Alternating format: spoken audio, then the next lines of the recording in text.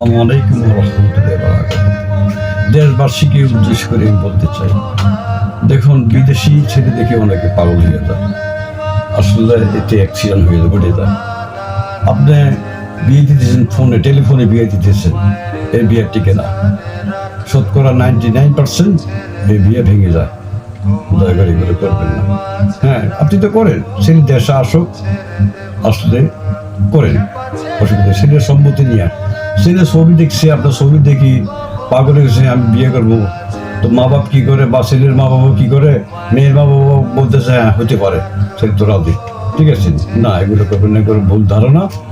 আশা করি ছেলে আসুক, দেশে আসুক, ছেলে মেয়েকে, মেয়ে ছেলে দেখবে, দেখি উভয় পছন্দ হলে অতএব ছেলেকে, ছেলের পক্ষ আলগা জায়গা নিয়ে আপনি তো করা যায় কি না, তুমি সম্মতি দিলে হবে, এলো এক।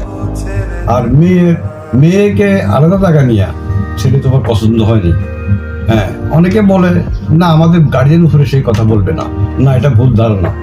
সংসার করবে মেয়ে, সংসার করবে ছেলে, ছেলে মেয়ে উভয় সমর্থনের প্রয়োজন আছে।